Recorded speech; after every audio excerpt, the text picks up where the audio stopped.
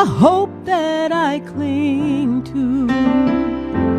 You mean more than this world to me. I wouldn't trade you for silver or gold. I wouldn't trade you for riches untold. You are my everything.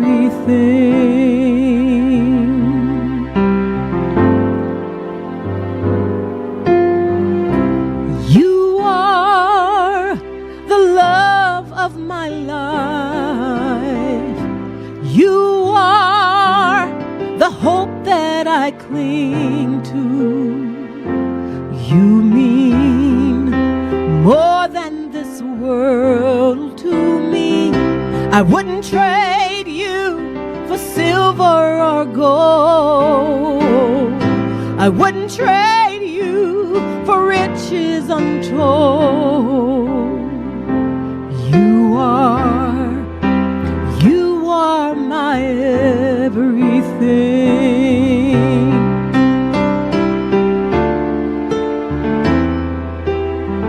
I wouldn't take one step without you. I could never go on. I wouldn't live one day without you.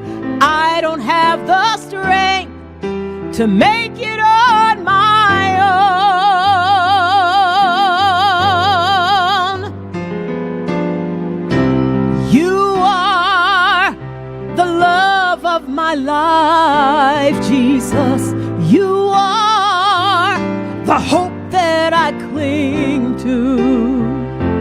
You mean more than this world to me. I wouldn't trade you for silver or gold.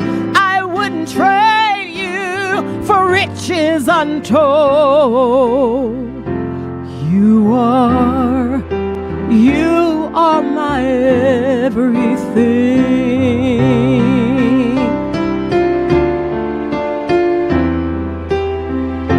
Until the world stops turning, until the stars fade from the sky, until the sun stops striving, I need you in my life, and here's the reason why. You are the love of my life. You are the hope that I cling to. You mean more than this world to me. I wouldn't trade you for silver or gold. I wouldn't trade you for riches untold. You are my everything. Jesus, you are my everything.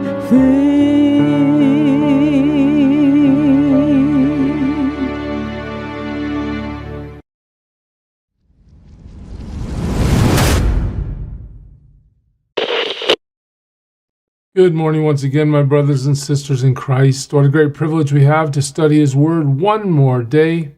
And today, we find ourselves just looking at this passage in Genesis 20, saying, not again. Come on, not again. You remember back in Genesis chapter 12, when we were introduced to Abram, there was a famine. He went to Egypt. He ended up telling the leadership of Egypt that Sarah was his sister. There was all kinds of trouble. He got confronted in his lie. Well, kind of a half lie. Well, you think, you go through that experience. You have all these moments with God where He reveals what He's going to do through your life. You think, well, maybe maybe I'll learn. Well, turns out Abraham's a lot like most of us. Takes more than once to learn. Let's look at it.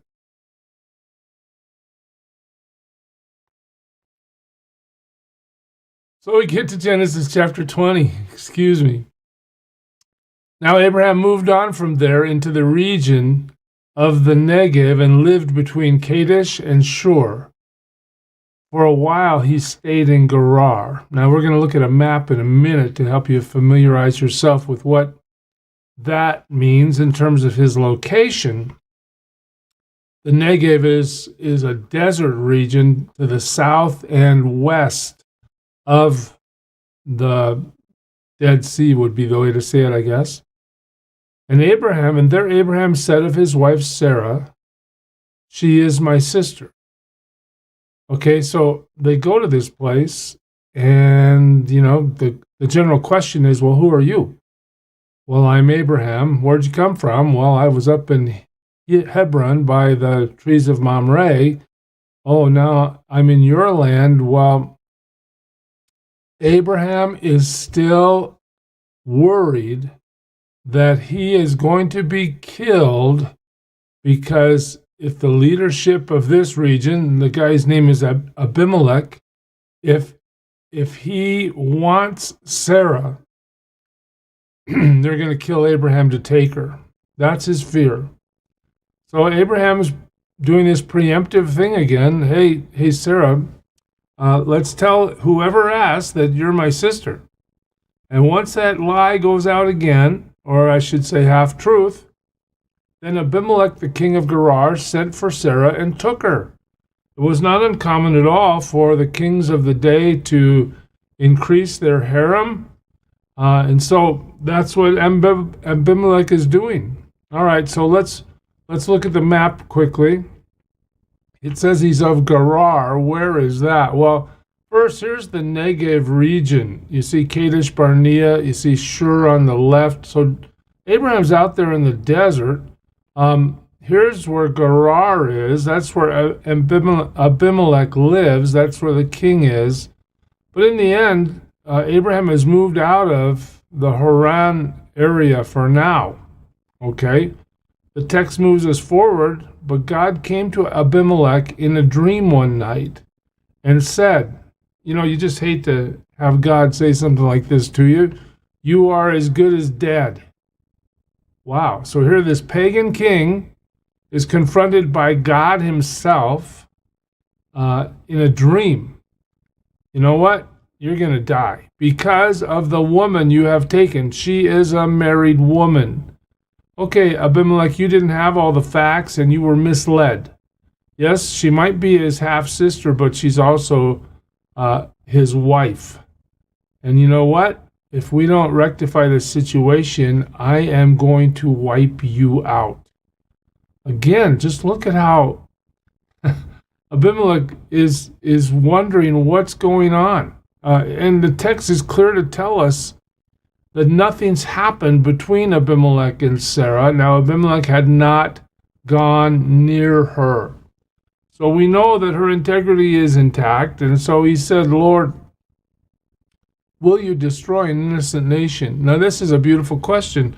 Abimelech is saying, look, God, I know who you are in the sense that I respect your power and authority. I don't know if this pagan king had a conversion experience in this moment, but he asked the Lord a tremendous question. Will you wipe me out? Am I as good as dead, even though I had no intention of doing something wrong? Well, here's the answer. Did he not say to me, she is my sister? In other words, I was misled, Lord. And didn't she also say, he is my brother? Hey, this was complicit. They both said the same things. I have done this with a clear conscience and clean hands. In other words, Lord, don't hold me guilty for believing the lie that I was told. I had no other way to understand. All right. Then God said to him in the dream. Oh, so here we go. Some more information for Abimelech. Yes, I know you did this with a clear conscience. That's great.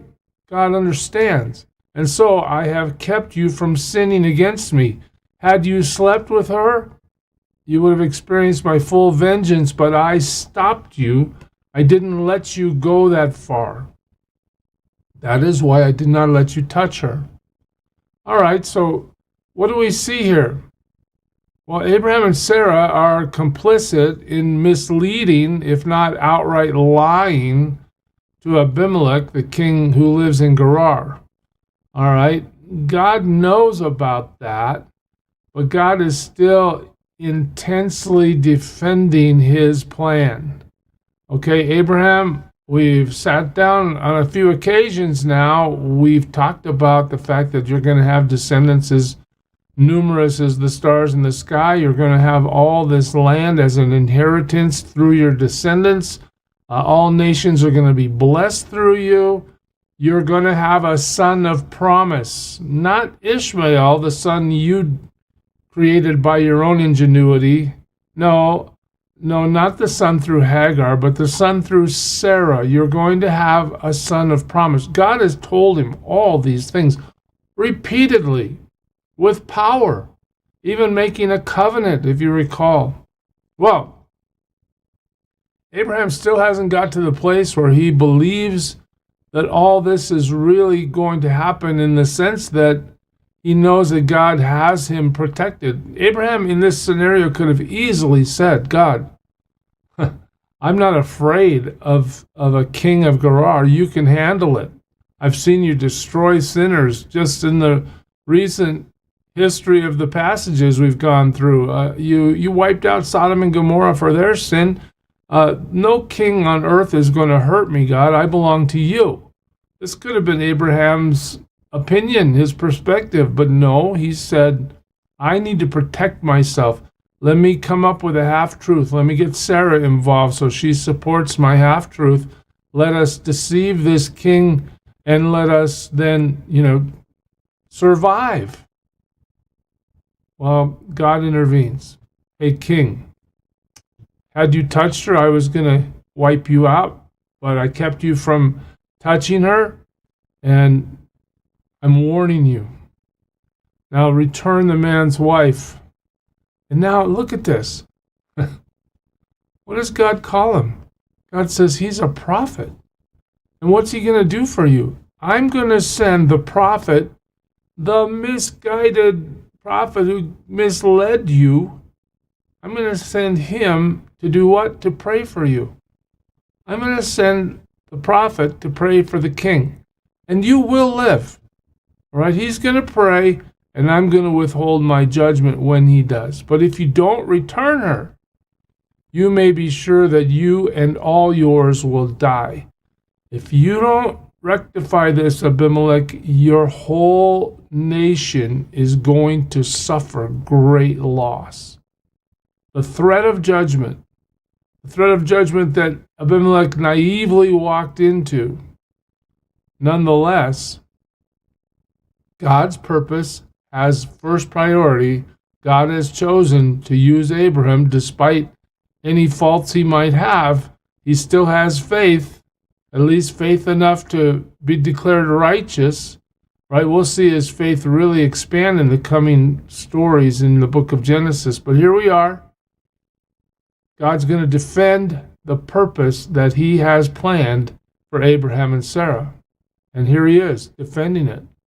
Early the next morning, Abimelech summoned all his officials, and when he told them all that had happened, they were very much afraid. How did we get into God's bullseye of judgment? What did we do? We believed Abram, we believed Sarah, but God has an opinion that counts more than anything else, and we need to do what he told us to do.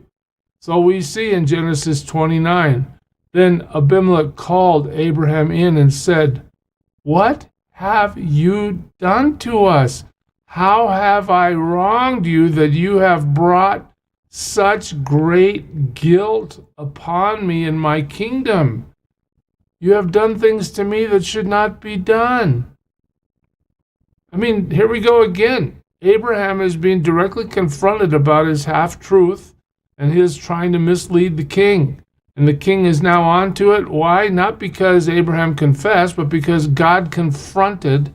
And now Abimelech knows things have got to change. He confronts Abraham here in verse 9, and then he says, what was your reason for doing this? Why did you put me in the bullseye of God's judgment, Abraham?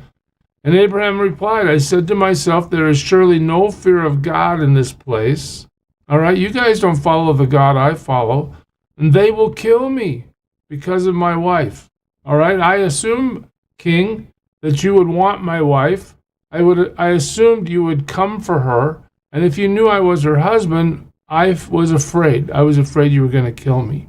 Again, a half-truth, a desire to protect myself without trusting God for protection. Here Abraham goes again. He's trying to save himself again. Well, what happens?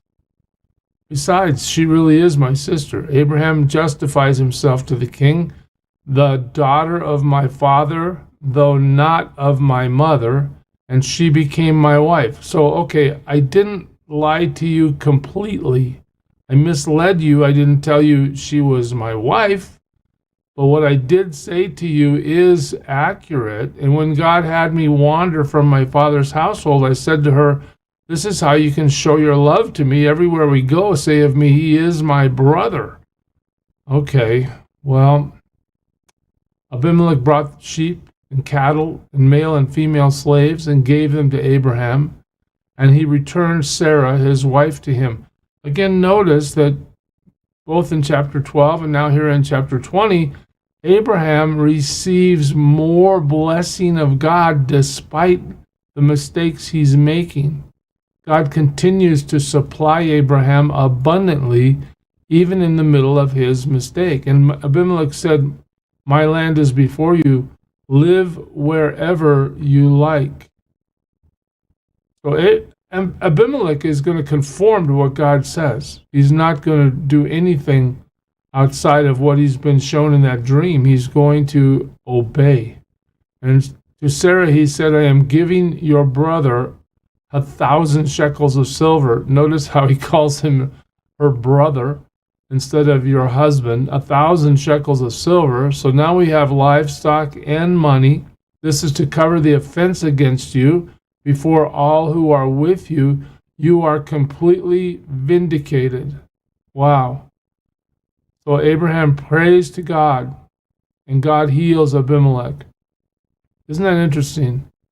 God says, Abraham, you're still my guy. I still call on you as a prophet to pray to me about the offense that you had a hand in creating by misleading the king. I still want you to pray for the one who will receive my judgment if this doesn't change. Abraham prayed to God, and God healed Abimelech, his wife, and his slave girls, so they could have children again.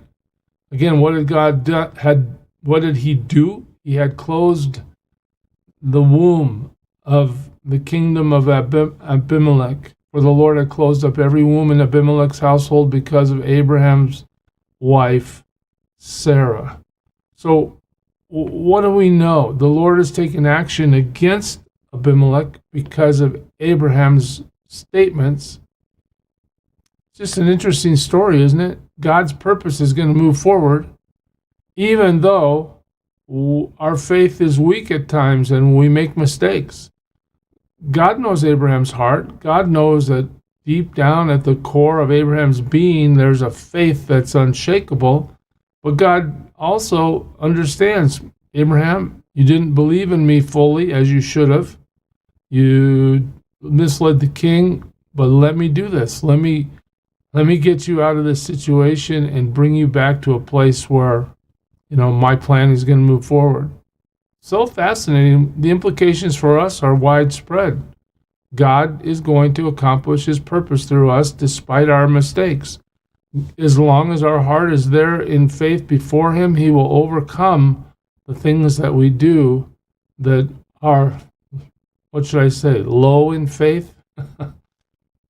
God is able. So what do? we believe. We don't need to protect ourselves in the sense that we need to lie in order to save ourselves. We need to just trust God and move forward. There it is. I pray you're serving well today, church. God bless you. Lord, we give you glory.